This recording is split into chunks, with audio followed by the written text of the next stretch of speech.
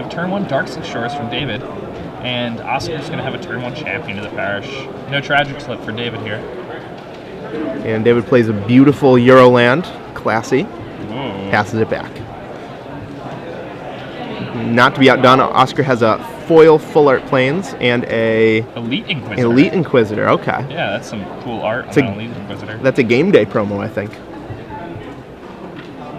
And David with no counterspell for that Elite Inquisitor. Yeah. David could just, Want to think twice. Yeah, he's just going to think twice a little bit.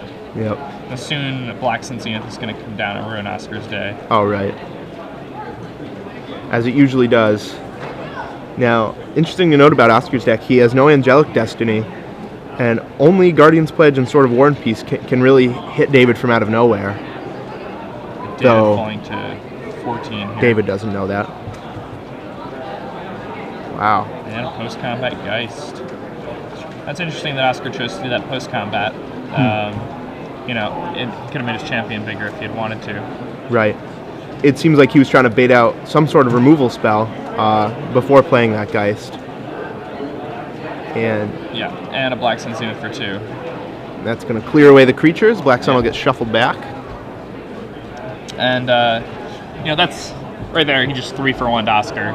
It's going to be really tough for Oscar to get back into this game against the blue-black control deck when it's already flashed back to think twice and cast a Black Sun Zenith for 3 cards. Right, and as we see here, Oscar just says go. Looks like David only turn 5, but it looks like he has full control of this game. Oscar's going to need a lot of Hero Blade holds to get back into it. And it's like Oscar with a Guardian's Pledge in hand.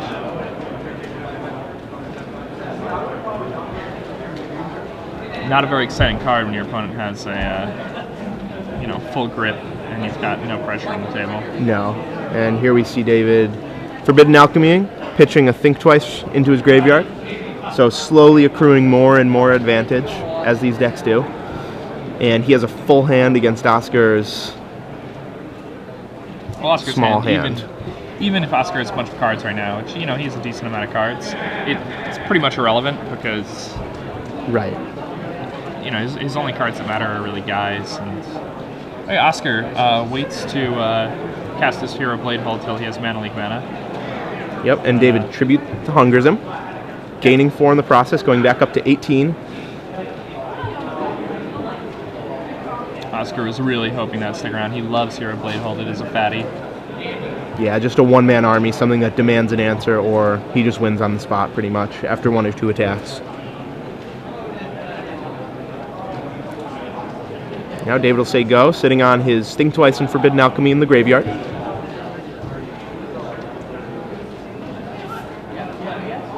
And Oscar taps 3 for a Mirren Crusader. That's a pretty good card against David's deck. Yeah, it is. But you're David here. You don't mind using 2 mana leaks to deal with 1 card because... Right, especially if it's a Snapcaster. Oh yeah, and to be clear from earlier, Geist is not a human, so sorry about that. It's a spirit. Yep. Spirit Cleric. Yeah.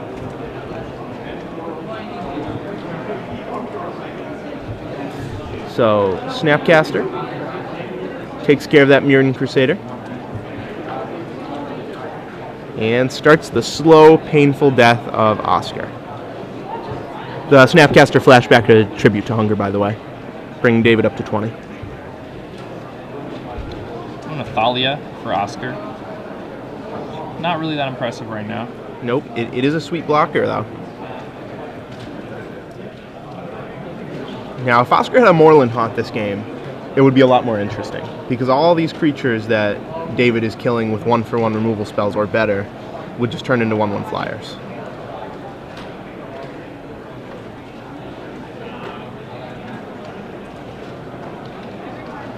So it appears that David tried to kill the Thalia. 1 more mana. Yeah, there we go. And so Thalia and Guardian's Pledge trade for a removal spell and a counter spell. Hard to see what those are. David's graveyard off to the side there. Yeah. David made Forbidden Alchemy. Yep. And attacking for another 2. Whittling Oscar down at this point. And there's a drown yard for another angle of attack here. Yeah. I mean, if David's going to be using that drown yard at this point, he's probably just going to be targeting himself. Right. Oscar says, let me see your graveyard. Wants to play around any Snapcaster made shenanigans that he can. And Thalia again. David sitting on Dissipate, and I think another Snapcaster, so... Yep, there it is. And he'll just Doomblade it. Tragic Slip. Tragic Slip it. Same difference. He'll kill it dead. And now he will Drown Yard Oscar. No, I like that. He's already got such a solid control of the game by drowning an Oscar. He gets to see more cards in Oscar's deck. Right. Gets to know how to sideboard more effectively. Maybe see how many Guardian's Pledges he might have. Yeah. And El Dio de los Muertos coming down. Boom. And David with the Dissipate in hand means there's no spell Oscar can draw here. So he will try a hero.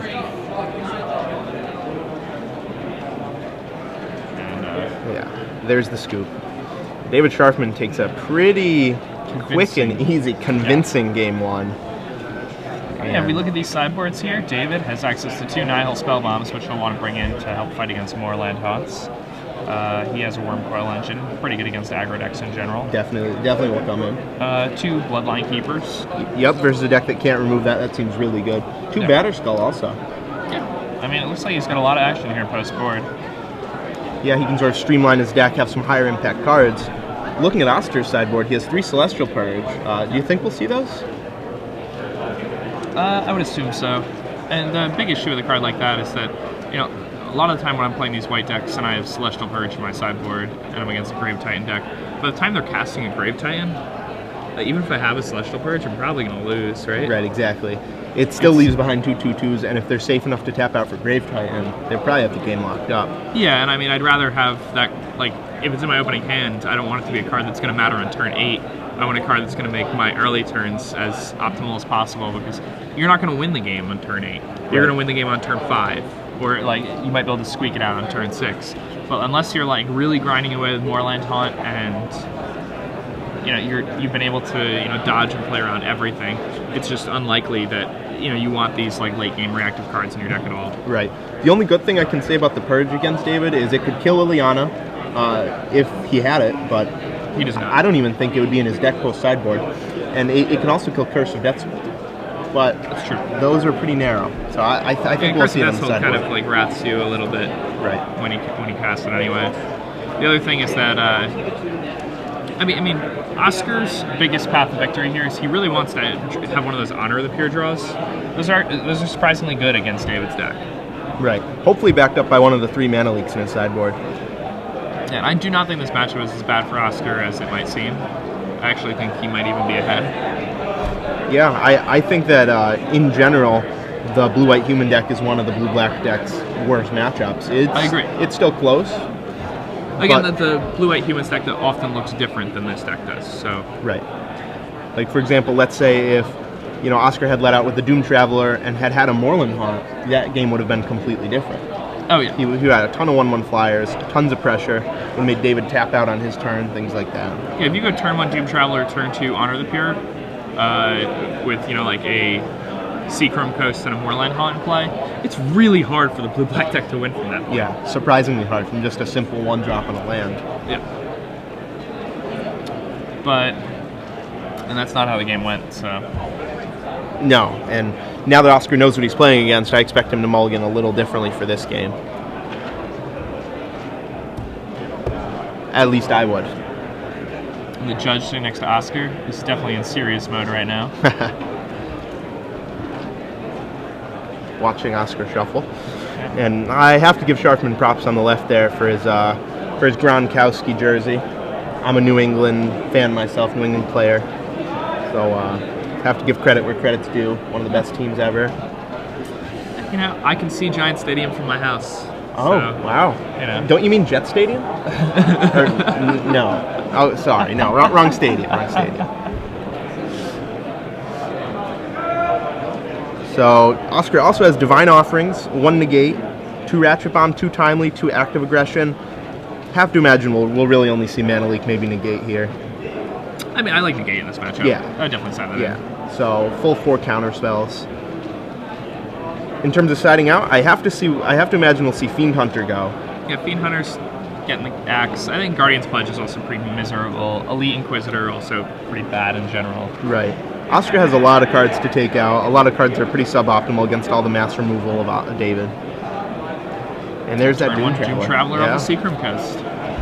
It's 2 out of 3. 2 out of 3. Ooh. That's not a Moreland Pawn. Honor the Pier. Wow. Yeah, so this is going to be pretty tough for David to deal with.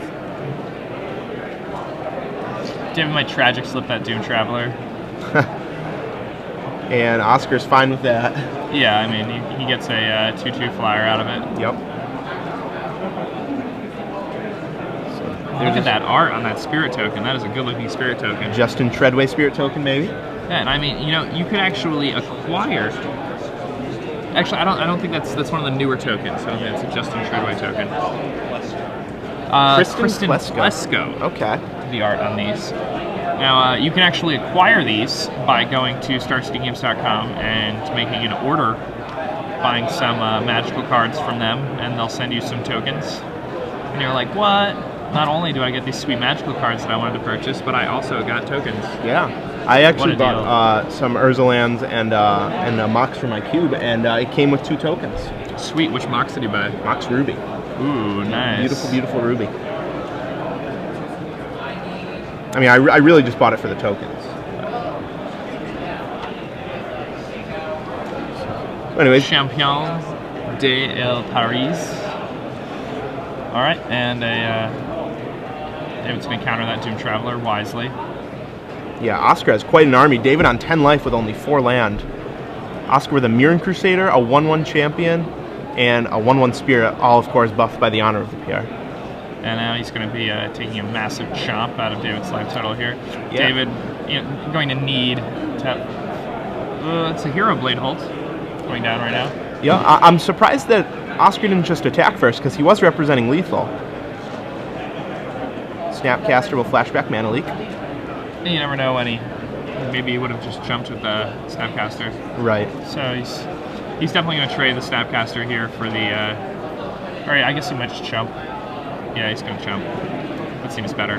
Yep. Going to 6. Probably looking to build up to a Black Sun Zenith. Now, if Oscar had just attacked pre-combat, David would have been forced to do something. Probably play that Snapcaster, target Mana Leak, at which point you don't have to run your Hero Blade Hold into it. The best laid plans of mice and men. Yep. All right, this time Oscar decides to go with your play.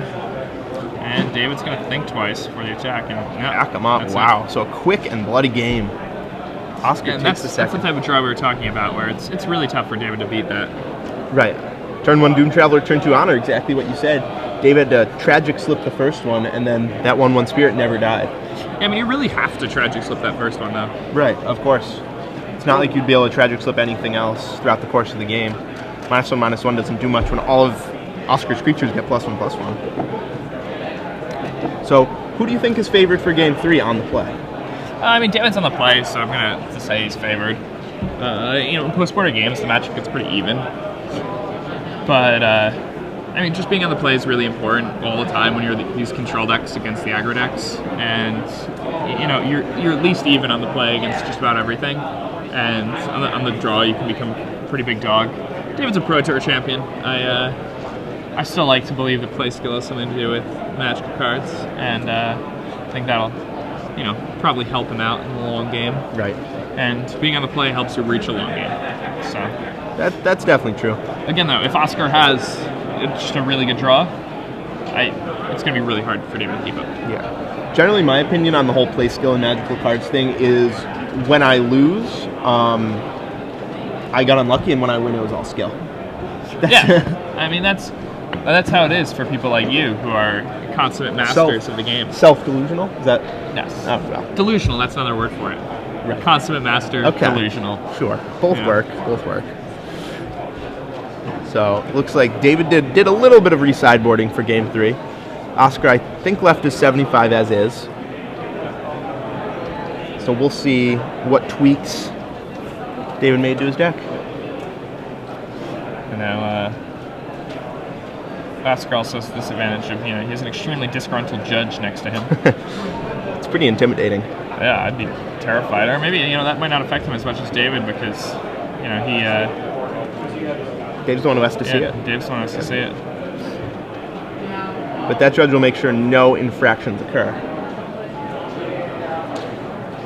Having a table judge, it's a nice little buffer to have when you're playing. Looks like Oscar goes back to 6. David keeping his 7. He's got to feel good about that. Though again, it's not really how many cards Oscar has that matters. It's really just what kind of start he has. It's definitely true. So I would like to think that Oscar mulliganed a hand of land and spells. That just didn't do enough. I'm going to give him some credit, say that that's what he did here. Assume that one. If that's true, well played, Oscar. Yes. Very well played. If not, tell everyone that that's what happened. Now, if you're ever in a feature match or in the top 8 of a Grand Prix and you have a table judge sitting next to you, if you want to make the table judge feel especially welcome, you should be very hands-on with your table judge.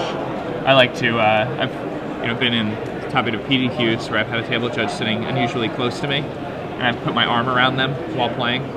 Oh yeah, just to make sure that they know that they're welcome and you're happy that they're there. Right. If nothing else, just to keep it friendly. Yeah. They usually do appreciate that. Yeah, judges generally like that type of thing, and it's also nice because it can put your opponent a little bit off guard because he'll be like, "Hey, wait, are these guys in cahoots to beat me?" Ooh. And then he'll call the head judge. He'll call the head judge over. He'll be like, "Hey, these guys are good friends. I don't feel comfortable." I'll be like, "I just met this guy. I just thought he looked like he needed some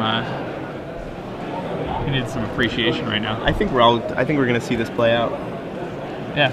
I'm hoping Oscar knows that tech. He's waiting to break it out. It looks like Oscar at the Open in Charlotte last December, it looks like he played Haunted Human, so even before Lingering Souls was printed, he had Midnight Hauntings in his Humans deck. Blade Splicers, Grand Abolishers, so he's been playing white aggro for a while now. It seems like now he's just fully made the switch to the human deck. And you know what? His sideboard actually looks really similar to how it looked back then, too. Active aggressions, negates, timely reinforcements. Sort of Worm Pieces have moved to the main now for him. Yep. All right, so David leading things off with the Darkslick Shores, and Oscar has a turn 1 champion. Tragic Slip. It's not what Oscar wanted to see. Slipped on a banana. Yep. Ratchet Bomb faces off against Honor of the Pier. And David's going to tick that up. He's going to want to get rid of that pesky enchantment. Honor of the Pure can be an issue. It makes Curse of Death's Hold a lot less impressive. It does. It's like a counter to the Curse for only 2 mana, for 3 less. Ratchet Bomb is definitely one of Dave's best cards in this matchup. Certainly. Because depending on what Oscar has, be it Honor, a Hero, Equipment, can blow up anything. Geist. David probably going to use a counter spell. Oh no, doesn't have one. Wow, he has Go for the Throat though. Oh, and that's a Batter Skull with no 5th land. No 5th land though. So that Geist will get at least 1 hit in. Yeah, that's a big hit. That's 8 damages. Yeah, 8's a lot. David falling down to 12 here. And if Oscar has something like a Hero to follow up with, he'll be in very good shape. Yeah, Hero would be really good here. But he doesn't. He does not, no. Alright, David taking this Ratchet Bomb up to 3. He's going to be able to deal with that Hero Blade Hold. Looks like he drew a Mana Leak, not a land. Nope, Mana Leak a little late to the party, but it'll be nice to counter Oscar's next threat. And that's a Sword. Sword drawn by Oscar. Ratchet Bomb, of course, blows up that Geist of St. Traft. With another Honor of the Pure. It's going to be pretty tough for David, actually. Just like the Honor of the Pure is one of those cards against blue-black control. It's normally when you're drawing Honor of the Pure and not drawing guys, you're like, oh man, this is so bad. But against blue-black control, it's pretty good. Definitely. It seems like it shouldn't be. but it just blanks so much of their removal. Their Black Sends cost more. Their curses don't do as much. Yeah, Meddling from Oscar is going to deal with that Batterskull. Oscar, no guy to follow up with after David taps out for that Batterskull. No Moorland Haunt either. Draws the Moorland Haunt. And this Moorland Haunt is super impressive right now. Yeah. Double. Churning out 3/3 tokens with 3 creatures in his graveyard. So right now he'll be able to make 3 3/3 tokens. Yeah, it's going to be difficult to race, though. Oof. Oscar does have a Sword of War and Peace in hand, though. I mean, Sword of War and Peace is pretty good here. Unfortunately, it's not a Feast and Famine. He would like that one a little more. It's true, he would. What? Okay. No attack with the 3/3 flag? Maybe I'm wrong about that card in his hand. I thought it was a Sword of War and Peace. Too. Huh. What? Interesting. Maybe he feels like he can't race the 10 points of lifelink, and he's just on the blocking plan right now.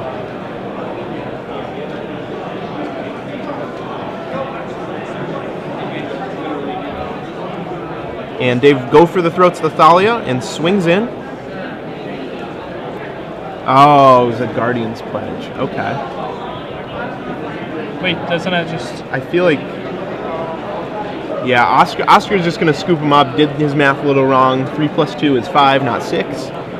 He can't kill the Wormcoil Engine, and he'll scoop him I'm surprised he kept Guardian's Pledge in. Yeah, it doesn't seem like the best card after board, especially on the draw. On the play, I could see an argument for it, but on the draw, it's just too weak. Right, David Sharfman going to take the match. Yeah, Pro Tour champion. 2 games to 1. Adds another notch to his belt.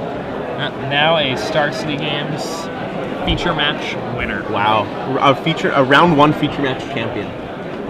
Maybe we'll try and get him into the booth for a little post match interview, match rundown, a little victory. So, if you're just joining us, I'm Zach Hall, joined by Jake Van Lunen. We're here at Star City Games Open in beautiful Tampa. Yeah, Tampa, Florida. It's 80 degrees here. Yeah, it's awesome. I was sweating as I was walking to the site, which that's a nice change from Massachusetts, which is about 30, 40 maybe even. Can't imagine Jersey's any better. Jersey's about the same as Massachusetts right now. Yeah.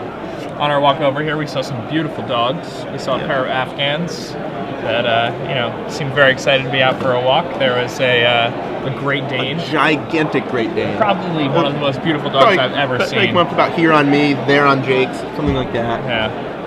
I was scared for my life. Yeah, I wanted to ride him.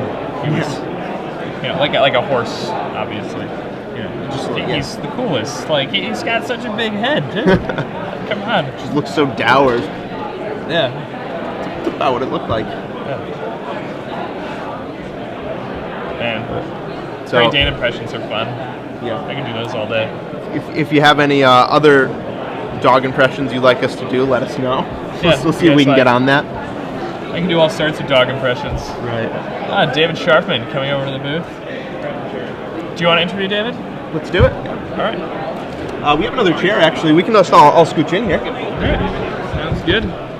So congratulations on a match well fought. Thank you. Nice Want to move to see in? ya. We can get a little cozy here. For all you who are just joining us, Dave Sharfman. We just saw him take down White Blue Humans. Yeah. How do you feel about that matchup in general? So I've been playing this deck. I played it at Hawaii, I played it at Baltimore, and I'm playing it this weekend. I played against Humans. I played against it 4 out of 5 rounds in Hawaii. I played against it twice in Baltimore. Wow. I haven't beat it yet. Wow, so you're pretty familiar with the matchup. It's a very bad matchup. Yeah. What's your least favorite card to see? Doom Traveler? No, like Dune Traveler is really good, but Honor of the Pure is usually what everything usually comes down to. Right. Because without Honor of the Pure, the deck's not that quick, and you can still Tragic Slip Thalia, and Mirroring Crusader only deals 4, but with Honor, and it also shuts down your curses, so you can't kill the Moorland Haunt tokens anymore. That's part of the reason I had a Ratchet on this weekend. But yeah, Honor of the Pure is just rough. Yeah, the bombs seem really strong for you. Right there. It's one of the few ways that Blue-Black can kill Honor of the Pure, and it also, if they don't have Honor of the Pure, it's still a removal spell. Right. So you've been on this deck for the Pro Tour, for the GP, and this event. Yeah. It's pretty clear you think it's one of the best decks. Right. Do you think there's any contender? Yeah, I really like Matt Costa's Delver deck still. Like, he's been playing the deck for a while, and he's not one of the people that will play a deck just because I've been playing it for a while. Like, he's only going to play the best decks, and like that, he's like, I talk to him a lot, so I trust him with that. And I played the Delver deck before. I haven't played the Spirit version or like the version with 3 Invisible Stalkers, but I still think it's such a solid deck. Kind of reminds me of Cobblade, how like nothing actually like beats it. Right. But like everything thinks it beats it. Everything thinks it beats it, and there's like it can lose. Of course. But it also really depends on the play skill of the pilot too, right. Which is nice. It is a blue deck. And like blue decks are pretty hard to successfully pilot. So Matt Costa, the real deal? The real or deal. Flash in the pan? No, he is the real deal. The real deal. Like obviously he hasn't like his name hasn't came up before, but he has top 8 at a few events, and like he always is in contention with like a few rounds left, and like his play skill is on par with everyone else that's on the Pro Tour. So that's good. Yeah, he. Now he's going to be a mainstay. I think so. Yeah. He's from Massachusetts, as am I. I didn't even know him until about a year and a half ago or so. I lived in Worcester for a little bit. Oh, okay. So from Massachusetts. You got to see the Rising Star. Yeah. I saw the jersey. Very nice. You got to represent. Yeah. But yeah, he's definitely the real deal. I foresee a lot in his future. That's good. Have you done well at any other Star City events? I won a Legacy Open with Goblins back when like what decks were popular. High Tide was popular, so it wasn't a deck that people were thinking about, but I got it done in that. I won a Draft Open, and I've top 8'd a Standard Open before with the blue-white, like back when Cobblade was legal, I was playing blue-white with Benser, and like Contagion class with Tumble Magnets. Wow, that's awesome. Yeah. So you have one more trophy to add, the Standard Trophy, right? Right. Yeah. That's on the goal for this weekend. Cool. Nice. All right, well, I hope you can get it done, man. We're going to be watching. Thank you. Yeah, man. Cool. GL. Yeah. Thank you. We have Sharfman, ladies and gentlemen. Pro Tour Paris champion. Pro Tour Paris? Pro Tour Nagoya. Pro Tour Nagoya? Grand Prix Paris. Grand Prix Paris. Grand Prix champion. Paris Pro Tour Nagoya. Yeah. So many trophies. Can't hold all these trophies, you know. Just too many. Yeah. But, we're going to see if we can get you another feature match right now. Not sure if there are any going on, but if there are, we're definitely going to get some for you. What decks do you want to see this weekend? Freets. That deck's fun. You watch some Elish Norns coming into play super duper early. Turn 3 Norn with 3 creatures already in play. Seems good. Yeah, I mean, because there's just so much to talk about right now. You know, it's round 1. We've seen one match. Yeah. Well, if you guys at home have any particular decks you want to see featured, let us know on Twitter. At SCG Live. You can include at ZC Hall, at JVLTMS if you want to, but at SCG Live is the one you have to have in there. Also, use the hashtag SCGTAMPA. Oh man, people are commenting on how pale I am. How pale you are? Oh, Yeah, wow. how are you commenting on how pale I am when I'm in the booth with Zach Paul? Look at that. This is incandescent. Yeah, you can actually see through him when it's like sunny outside. Exactly. I just sort of disappear. And I have to put on, actually, I probably should have brought sunscreen with me here, despite it being March. I have the dubious distinction of having gotten a sunburn in every month of the year. Yeah, it's really hard to do that.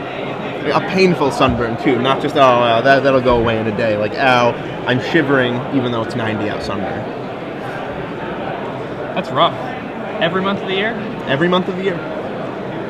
I normally always have the worst sunburn during winter. Yeah. Because I like skiing. Right. I get like skiing sunburns. You know, Magic's to blame for a lot of those sunburns because I was in a lot of places that I normally wouldn't be in, say, December, January, but still.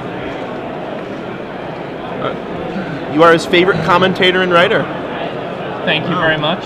I appreciate that. To Graham. I'm feeling a little left out. I'm sorry, Zach. Well, I'm not a writer, so I guess I can't really. Yeah, you can't be somebody's favorite writer. I was actually gonna write for Star City. I was actually gonna write a Freets primer after the GP, but someone beat me to it, and it was probably better written than I could have managed. So I'm gonna spare the world that. Yeah, it is. I mean, I would have liked to read something written by you. Oh, thank you. Yeah, it was